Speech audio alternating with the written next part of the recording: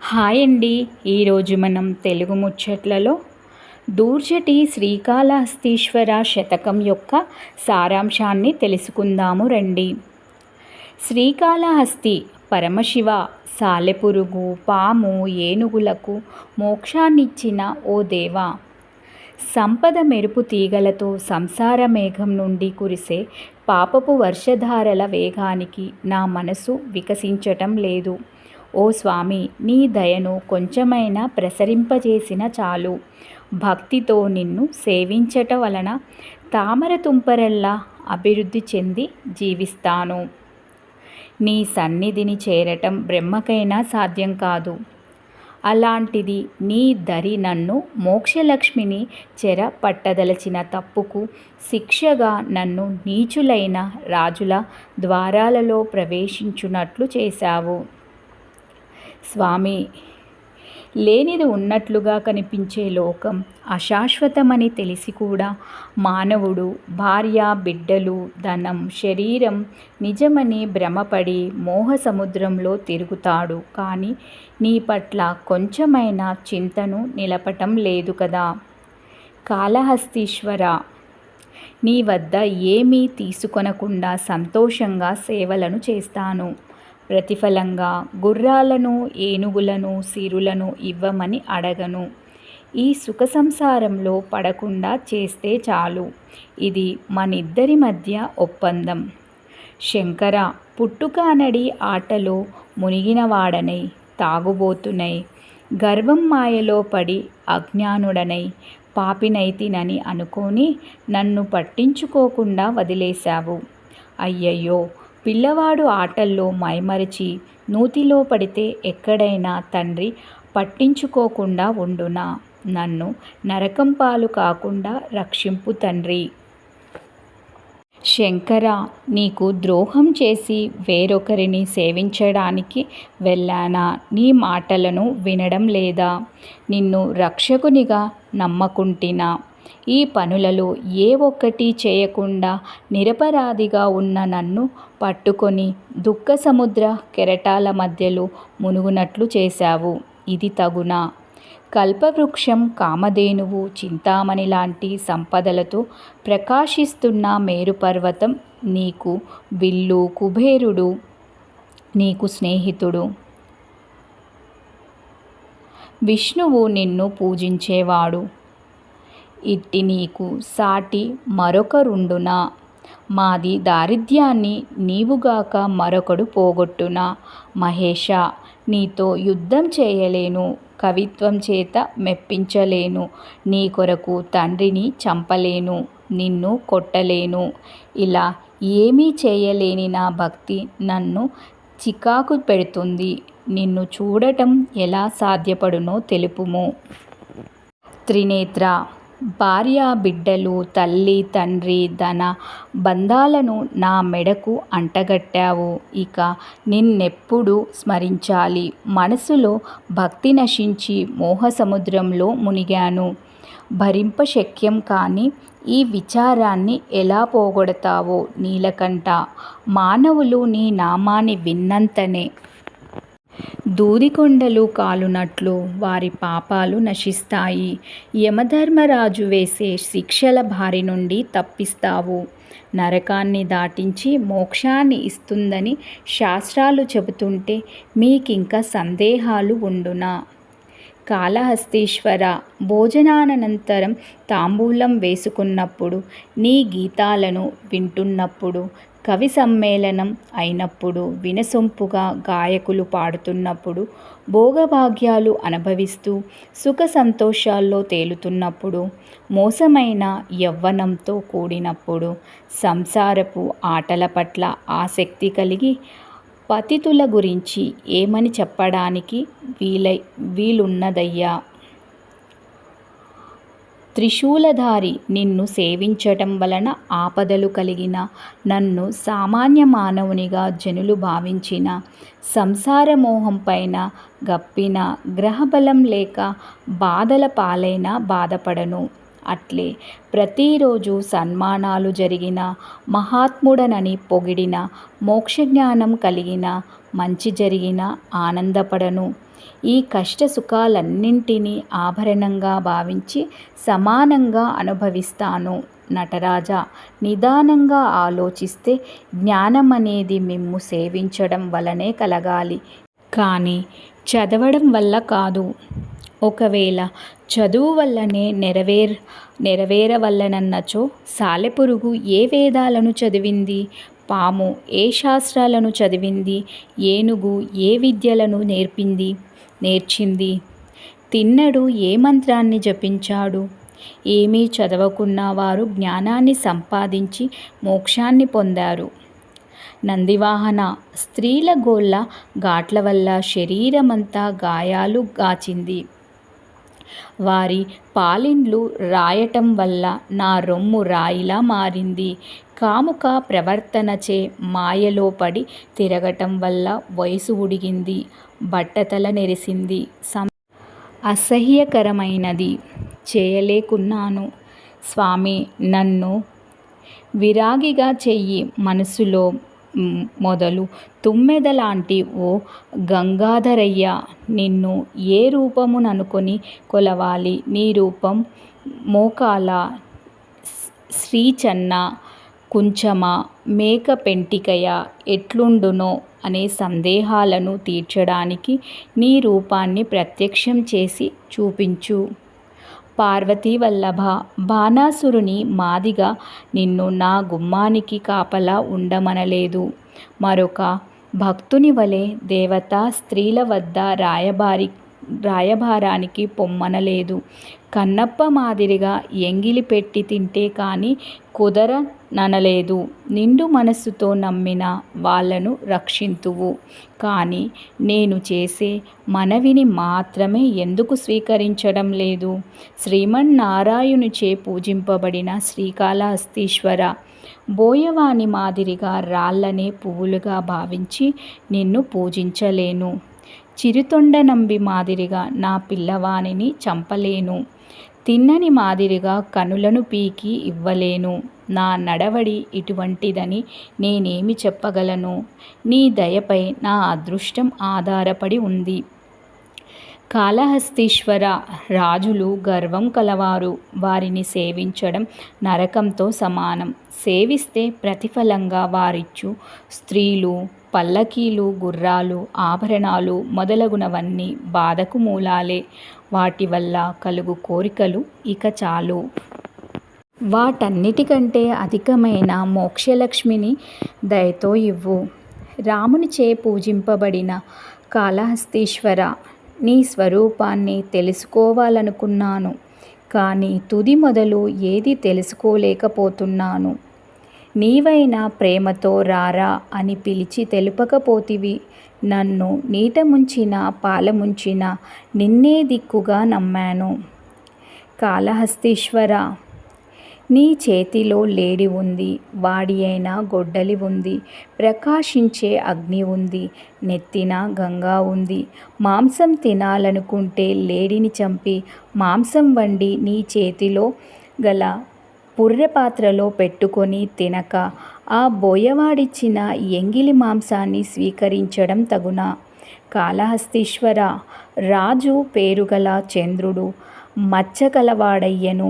రారాజు పేరుగల కుబేరుడు మెల్లకన్ను చూపులతో దుఃఖాన్ని పొందాడు. అట్లే రారాజుగా పేరు పొందిన దుర్యోధనుడు తన బంధువులందరితో సహా యుద్ధంలో మరణించాడు.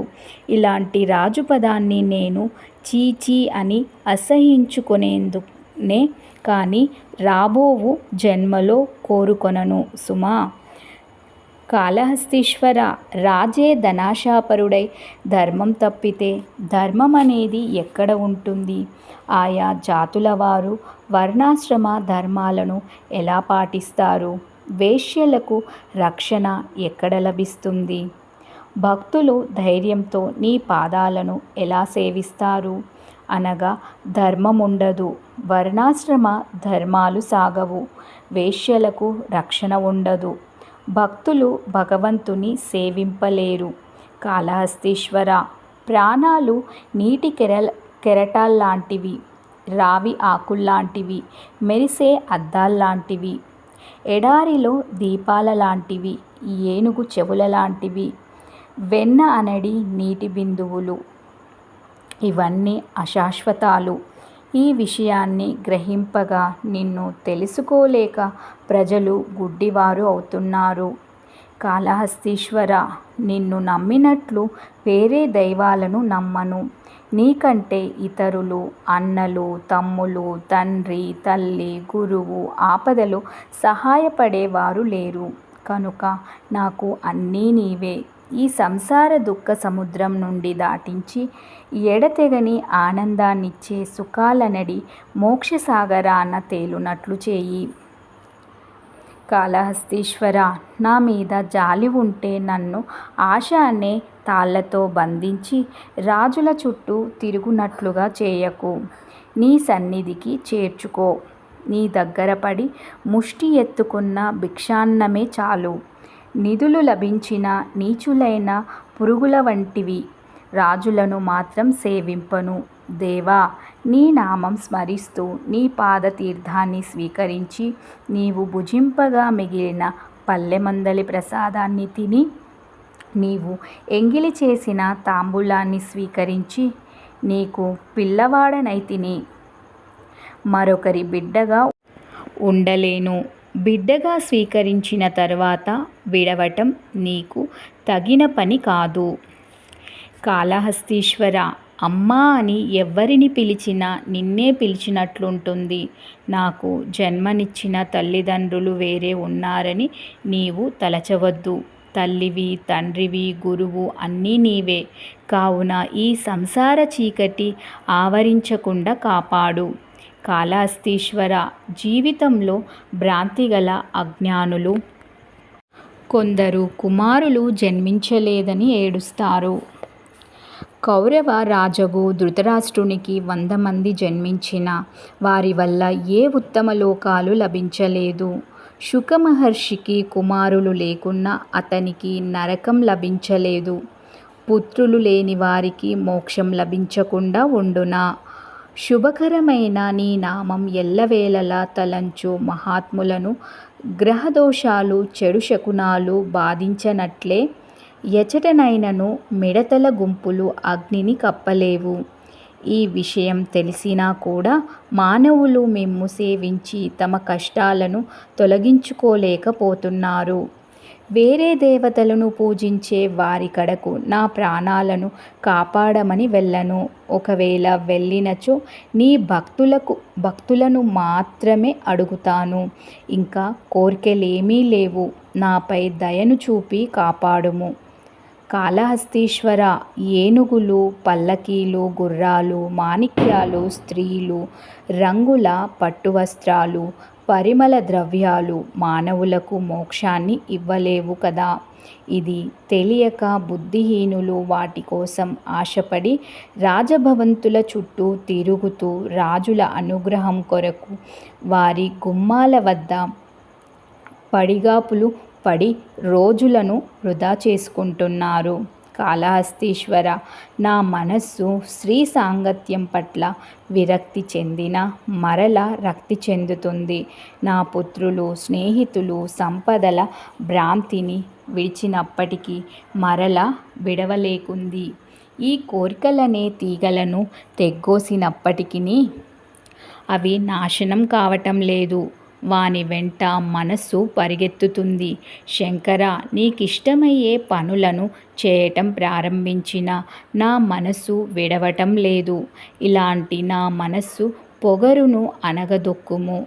కాళహస్తీశ్వర, నేను ఎన్ని రోజులు ఇట్లా బతికి ఉంటాను? ఉండి చూసే సంతోషమేముంది? నేనెవరిని రక్షింపగలను? నేనేమి చేయలేని స్థితిలో నియమంతో నిన్ను సేవిస్తున్నాను. సాటిలేని బ్రహ్మానందం నాకెప్పుడు కలుగును? నన్ను తక్కువ చేయక అట్టి ఆనంద స్థితిని కల్పించి పాలించుము. కాళహస్తీశ్వర, మరణించు కాలం దగ్గర పడిందని తెలిసి కూడా ఈ శరీర సుఖం వదలలేక బతికి ఉండగానే జీవస్త్రార్థం పెట్టుకొని బంధాలను విడిచిన సన్యాసి కూడా ఏ వైద్యుడు బతికించగలడో, ఏ మందు వేసుకుంటే బతుకుతానో, ఏ దైవం దయగలిగి బతికించునో అని ఏడుస్తాడు. కానీ మనసులో నిన్ను కొంచెమైనా తలవడు. దేవా, ప్రతిరోజు పద్మాసనంలో కూర్చుండి నిబ్బరంతో సువర్ణ ముఖీనది ఒడ్డున నన్ను, మామిడి తోట మధ్యలో రాతివేదిక అగ్రభాగాన ఉన్న నిన్ను చూస్తే అఖండానందం కలిగి సుఖమనిపించును. కానీ మాయచే కూడిన లక్ష్మీదేవి వల్ల కలుగు సుఖాలు కాజాలవు. కాళహస్తీశ్వర, భార్య పేర ఒక దాన్ని నా మెడకు కట్టావు. ఆమెకు నా వల్ల పిల్లలు కలిగేటట్లు చేసి బంధుత్వాలను ఏర్పరచావు. ఈ సంబంధాల వల్ల కొందరు నా చుట్టూ తిరిగేటట్లు చేశావు. ఈ విధంగా శీలపై శీల తిరిగేటట్లు చేసి ఈ సంసార పాశముల నుండి బయటపడకుండా చేశావు. ఈ శరీరం శాశ్వతంగా ఉండేటట్లు చెయ్యి. అట్లా చేయటం సాధ్యపడకపోతే పునర్జన్మ లేకుండునట్లుగా చెయ్యి. లేకపోతే చేతకాదని నాకిప్పుడే చెప్పు. నిన్ను చేరడానికి మార్గం ఏదైనా ఉంటే తెలుపు. నీ సేవ చేసి రాబోయే కాలంలో నిన్ను చేరుతాను. కాళహస్తీశ్వర, పూర్వం ఒక మహారాజు 14 మహాయుగాల పాటు భూమండలాన్ని, మరొక మహారాజు ఉదయాద్రి నుండి అస్తాద్రి వరకు గల భూభాగమంతా తన ఆజ్ఞ చెల్లునట్లుగా పాలించాడు. వారి గురించి విని కూడా తామంతటి వారమని గ్రహింపక నీచులు కొందరు తామే రాజులమని విర్రవీగుతారెందుకో. కాళహస్తీశ్వర, రాజు అయినంత మాత్రానే అతనిలో గల దయ, ధర్మం, స్వాభిమానం, విద్య వల్ల కలిగిన ఓర్పు, సత్యం పలకడం, విద్వాంసులను మిత్రులను రక్షించడం, సహృద్భావము, చేయదగిన పనిని తెలియటం, నమ్మకం అను మంచి లక్షణాలన్నీ పోవునా? అట్లు కాకున్నచో రాజులు నీచబుద్ధితో ఎందుకు దుష్టులవుతున్నారు? దేవా, పుణ్యాత్ములైన నీ భక్తులు నేను ఆలోచించి చూస్తే సమానమే సుమా. ఎట్లా అనగా, సాలెపురుగు, సర్పము, ఏనుగు తిన్నడు నిన్ను మనసులో చూశారు. కానీ నేను అలా చూడలేదు. ఈ భేదాన్ని వదిలినచో వారు నేను సమానమే. నీకు ఆభరణాలైన పాములు శ్రేష్టమైన ఏనుగు చర్మం, ఆటవికుల ప్రవృత్తి ఇష్టం కావచ్చు. అందువల్ల నీవు ఆ పాము, ఏనుగు, ఆటవికునికి భవ సంబంధమైన దుఃఖాలను పోగొట్టడం తక్కువని భావించి వారికి ఏకంగా మోక్షాన్నే ఇవ్వడానికి కారణం ఏమై ఉంటుందో నాకు తెలుపు. కాళహస్తీశ్వర, దేవతా స్త్రీలను అనుభవించిన వ్యామోహం కొంచెమైనా నశింపదు. సాక్షాత్తు బ్రహ్మ పదవి లభించిన ఆశ చావదు. సకల లోకాలను మింగిన కోపం చల్లారదు. కావున కామ, క్రోధ, మోహాల వల్ల లభించే సుఖాలు వద్దు. నిన్ను సేవించి ఈ పాపమనడి సముద్రాన్ని దాటుతాను. మరణించిన వారిని చూసి ఏడ్చేవారు శ్రాద్ధ సమయంలో రేవుల్లో దిగి స్నానం చేయబోతూ, ఓ యముడా, వీని వెనుకనే మేము కూడా వస్తామని చెప్తూ కేవలం ప్రమాణం చేస్తామని మాత్రమే భావిస్తారు. నిజానికి వారు కూడా ఏదో ఒకనాడు మరణిస్తారనే విషయం గ్రహింపలేకున్నారు. నీలకంఠ, పెరిగే పిల్లవానికి ఆకలి వల్ల కలిగిన కష్టం తల్లి కరుణతో చూసి ఇవ్వటం వల్ల పోవును. కానీ మేక మెడ వద్ద ఉన్న చన్నులు చీకటం వల్ల పోదు. అట్లే ఈ పుట్టుక వల్ల కలిగిన దుఃఖాలు నిన్ను పూజించడం వల్ల మాత్రమే పోతాయి. కానీ రాజులను ఆశ్రయించినంత మాత్రాన పోవు కదా. భూమిపై ఎవడు నిత్యం శివ శివ అని నిన్ను ఉత్సాహంగా తలుస్తాడో వానికి వజ్రం కూడా పువ్వుల, అగ్ని మంచుల, సముద్రం భూమిల నివాసయోగ్యం అవుతాయి. శత్రువు స్నేహితుడుగా, విషయం విషం రుచికరమైన ఆహారంగా మారును. ఓ శంకర, నీ పేరు సర్వం వశం అయ్యేటట్లు చేస్తుంది. కాళహస్తీశ్వర, ఈ అడవుల్లో తినటానికి కందమూల ఫలాలు ఉన్నాయి. నివసించటానికి గుహలు ఉన్నాయి. తాగడానికి నీరు ఉంది. నదులలో చిగురుటాకుల గుంపులు ఉన్నాయి. మనస్సులో నీవున్నావనే వైరాగ్యం గలవారందరినీ నీవు రక్షించి మోక్షాన్నిస్తుండగా ఎందుకో ఈ భూప్రజలు దాసులై ప్రజలను సేవించడానికి తరలిపోతున్నారు. కాళహస్తీశ్వర, నేను గత జన్మలో చేసిన పాపాలు ఎన్ని కలవో తెలియదు. ఈ జన్మమే చివరిదని గట్టిగా నమ్ముతున్నాను. నేను సేవించిన పుణ్యానికి ప్రతిఫలంగా నీవు నాకీ జన్మమునందే మోక్షం ఇవ్వు. దేవా, ఈ శరీరం జీవించునంతకాలం నీ చల్లని చూపులను నాపై ప్రసరింపజేసి రోగాలు మందులు వాడడం, దుఃఖాలు లేకుండా చేయుము. తర్వాత నీ పాదపద్మాలను మనస్సులో దృఢంగా భావిస్తూ ఈ ప్రపంచాన్ని వదిలేసి నిన్ను చేరేటట్లుగా చేయుము. కాళహస్తీశ్వర, మలిన కూడిన స్త్రీల జన్మస్థలం సుషుమ్నాడియా కాదు. నూగారు కుండలి కాదు. చేతులు, కాళ్ళు, కన్నుల జంటలు 6 చక్రాలు కావు. ముఖం సహస్ర పద్మం కాదు. నుదురు బ్రహ్మానంద స్థితిని కలుగజేసేదే. చంద్రరేఖ కాదు.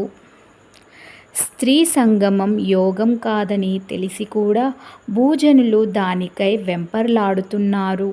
కాళహస్తీశ్వర, కావ్య నిర్మాణమనడి గొప్ప కళను నేర్చుకున్నాను. నా కావ్యంలో నవరసాలను అభిషేక ద్రవ్యాలుగా, నేర్పుతో కూర్చిన పదాల కూర్పే పుష్పాలుగా, కావ్యంలో ధ్వని శబ్దాలంకారాలనే వాయిద్యాలుగా, అర్థాలంకారాలనే తగిన వస్త్రంగా, గుణాలను దీపాలుగా, నీ మహత్యాన్ని వర్ణించే వర్ణనే నివేదనగా చేసి నా మనస్సులో భక్తిభావన ప్రకటితమగునట్లుగా రచించిన కావ్య నిర్మాణాన్నే గొప్ప పూజగా చేసి నిన్ను పూజిస్తాను. స్వస్తి.